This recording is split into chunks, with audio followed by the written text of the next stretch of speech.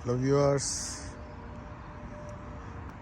আজকে আবার এখন পুঁটির সিজন চলে আসছে। পুঁটি সরপুঁটি মাছ, এটার জন্য আজকে আবার সকাল থেকে রেডি দিয়েছি মাছ ধরার জন্য।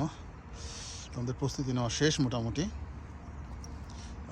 এটা হচ্ছে আমার বসার জায়গা, এগুলো হচ্ছে মাছের খাবার। এগুলি দিয়ে মাছ ধরি আমরা, এগুলি পোকা। এটা মাছ ধরে ওঠানোর জন্য, এটা কিন্তু মাছ রাখার জন্য।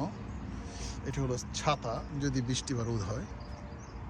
আর এটা হচ্ছে আমার বড়শি, ওইখানে বড়শি, এখানে পুঁটি মাছ ধরবো আমরা, পুঁটি বা সরপুঁটি।